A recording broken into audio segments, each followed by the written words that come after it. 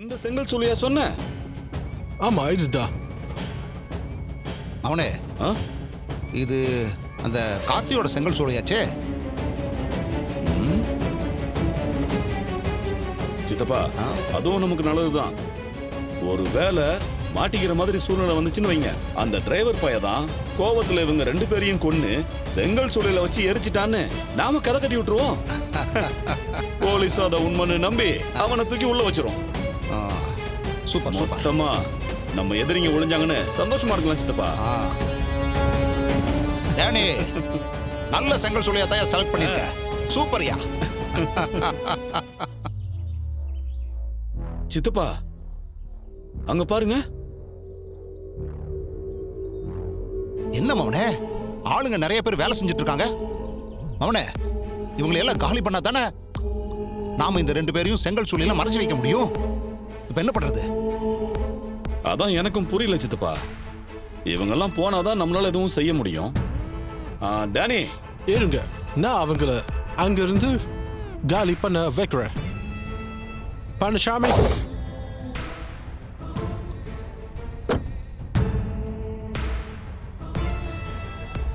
சொல்லுங்க சார்.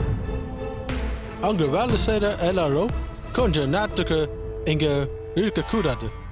நீ என்ன பண்றன்னா,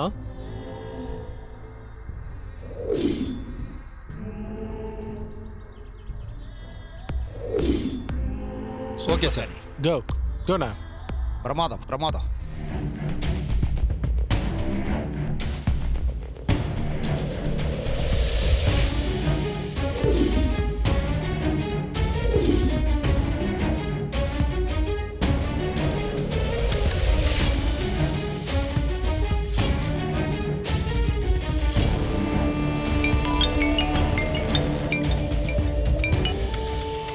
சகல சொல்லுப்பா, ரேவதி வந்தாச்சா? இல்லைங்க, இன்னும் இங்க வரல.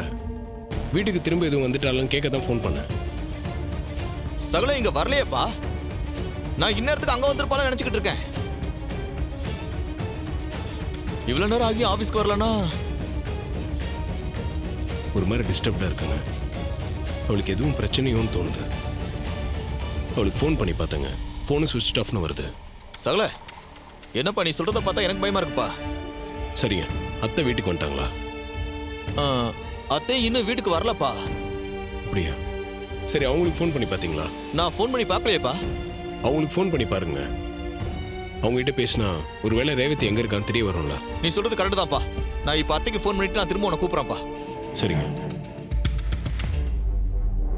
என்ன பழனிசாமி, அவங்கள நல்லா மறைச்சு வச்சிட்டியா? ஆமா சார், எல்லாம் பக்காவா செஞ்சுட்டேன். யாராலையும் அவ்வளவு சீக்கிரம் கண்டுபிடிக்கவே முடியாது. இங்க வேலை செய்யற ஆட்கள் வந்து நெருப்பு வச்சா போதும், வெந்து சாம்பலா ஆயிருவாங்க.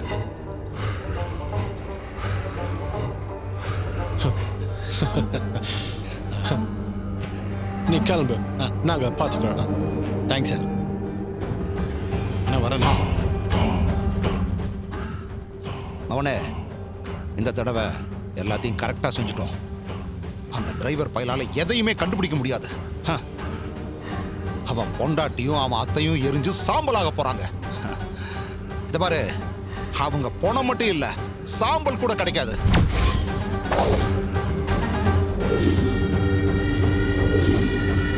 நாம பட்ட அவமானத்துக்கெல்லாம் சேர்த்து வச்சு பழி வாங்கின மாதிரி இது இருக்குன்னு சித்தப்பா. அவனால நாம பட்ட அவமானம் எல்லாம் எவ்வளவு, ஊருக்குள்ள தலை காட்ட முடியல.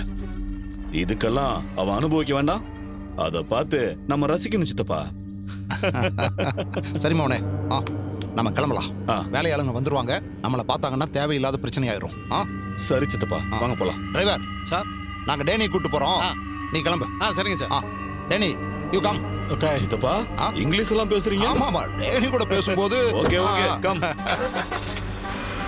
மீனாட்சின்னு ஒரு அம்மா எங்க வீட்டுக்கு வந்து அவங்க குழந்தைக்கு பேர் வைக்கிறேன்னு சொல்லி எங்க அத்தை இங்க கூட்டிட்டு வந்தாங்கண்ணே. வந்து பார்த்தா இங்க யாரையுமே காணுமே. அண்ணா, இப்ப என்ன சொல்லிட்டேன்னு சிரிக்கிற நீ? பின்ன சிரிக்காம என்ன பண்றது? இந்த வீட்டுல ஒரே ஒரு வயசான பெருசுதான் இருந்தது. அதுவும் செத்து போய் 10 வருஷத்துக்கு மேல ஆகுது. அதுல இருந்து இந்த வீடு பாழடைஞ்சு போய் தான் கிடக்குதுப்பா. அண்ணா, செத்து போனவங்களுக்கு யாராவது சொந்த கிந்தன்னு அப்படிலாம் இருந்தா ஏன்பா இந்த வீடு இப்படி இருக்கு? அவருக்கு சொந்தம்னு சொல்லிக்க யாரும் இல்ல. உங்களை யாரும் நல்லா ஏமாத்திருக்காங்க. ரொம்ப வருஷம் ஆள் இல்லாத வீடுப்பா. இங்க ரொம்ப நேரம் இருக்காதீங்க, சீக்கிரம் இங்க இருந்து போயிடுங்க.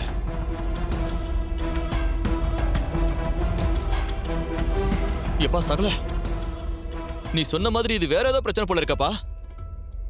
அத்தையும் ரேவதி ஏதாவது பிரச்சனை மாட்டிருப்பாங்களோன்னு பயமா இருக்குப்பா. இதுக்கு பின்னாடி அந்த சிவன் ஆண்டியும் சித்தப்பாவும் இருப்பாங்களோன்னு சந்தேகமா இருக்குங்க.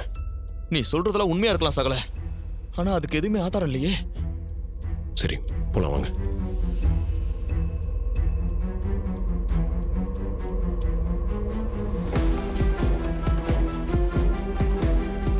கொலுசுங்க. அத்தை இங்க வந்திருக்காங்க, ரேவதி இங்க தான் வந்திருக்கான்னு சொன்னீங்க. இந்த கொலுசு வேற எங்க இருக்கு? இது தப்பா இருக்குங்க. சகல, என்னப்பா சொல்ற? நீ சொல்றதுல பார்த்தா ஏதோ விபரீதமா இருக்கும் போலயே. எப்பா இப்ப ரேவதி அத்தை எப்படிப்பா கண்டுபிடிக்கிறது? சொல்றேன் வாங்க.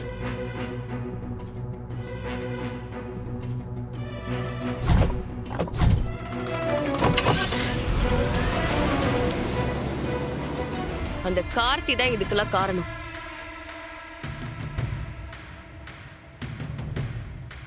அவன் தான் அத்தைய கடத்திட்டு போயிருக்கணும். அத்தைக்கு ஒரு பிரச்சனைனா அது அவனாலதான் வந்திருக்கணும். என் மாப்பிள்ளை பத்தி உனக்கு என்ன தெரியும்? அவருக்கு மத்தவளை காப்பாத்தி தான் பழக்கமே தவிர இந்த மாதிரி சில்லறை வேலையெல்லாம் ஒரு நாளைக்கு அவர் செய்ய மாட்டார். இல்ல அங்கிள், அவனை பத்தி அத்தை என்கிட்ட நிறையவே சொல்லியிருக்காங்க.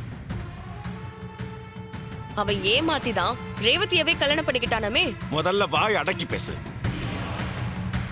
மாப்பிள்ளை பத்தி அவ உங்ககிட்ட ஏதோ தப்பு சொல்லி வச்சிருக்கா, அதனாலதான் இப்படிலாம் பேசிட்டு இருக்க. அவர் இந்த குடும்பத்துக்காக எவ்வளவு நல்லது பண்ணிருக்காரு, அது தெரியுமா உனக்கு? அதெல்லாம் சொல்லியிருக்க மாட்டாளே. அதெல்லாம் அத்தை அப்பவே என்கிட்ட அவன் போட்ட டிராமான்னு சொல்லிட்டாங்க. அதுவும் இல்லாம ஆள் மாறாட்டம் பண்ணி அவங்களை ஏமாத்தினதையும் சொன்னாங்க. நினைக்கிறானே ஆள் மாறாட்டம் பண்ணிக்கிட்டு இவன் என்ன பண்றது? அங்கிள், இப்போ என்னதுக்கு தேவையில்லாம இதுல இழுக்கிறீங்க? பயமுறா. உண்மையை சொன்னது கோவம் பொத்துக்கிட்டு வரதா? நீ என்ன பெரிய யோகியனா? அங்கிள், இதையெல்லாம் சொல்லி உங்க தங்கச்சி பையன் செஞ்சதை நியாயப்படுத்தாதீங்க. எனக்கு என்னமோ அந்த கார்த்தி தான் அத்தைய ஏதோ பண்ணிருப்பான்னு தோணுது. நான் இப்பவே போலீஸ் ஸ்டேஷனுக்கு போய் அவன் மேல கம்ப்ளைண்ட் கொடுக்க போறேன். ஏய், என்ன கம்ப்ளைண்ட் கொடுப்பியா? யார் மேல யார் கம்ப்ளைண்ட் கொடுக்கறது? பெத்த பொண்ணுங்க நாங்களே சும்மா இருக்கோம், நீ எதுக்கு இப்ப கம்ப்ளைண்ட் கொடுக்க போற? உனக்கு யார் அந்த அதிகாரத்தை கொடுத்தது? நீங்கெல்லாம் அந்த கார்த்திக்கு சப்போர்ட் பண்றவங்க, அதனாலதான் கம்ப்ளைண்ட் கொடுக்க மாட்டீங்க. என்னாலலாம் அப்படி இருக்க முடியாது. ஓஹோ, எங்க அம்மா மேல உங்களுக்கு அவ்வளவு அன்பு பாசம் அக்கறையா? இவ்வளவு நாள் எங்க போயிருந்தீங்க? இப்ப வந்து இப்படி குதிச்சிட்டு இருக்கீங்க?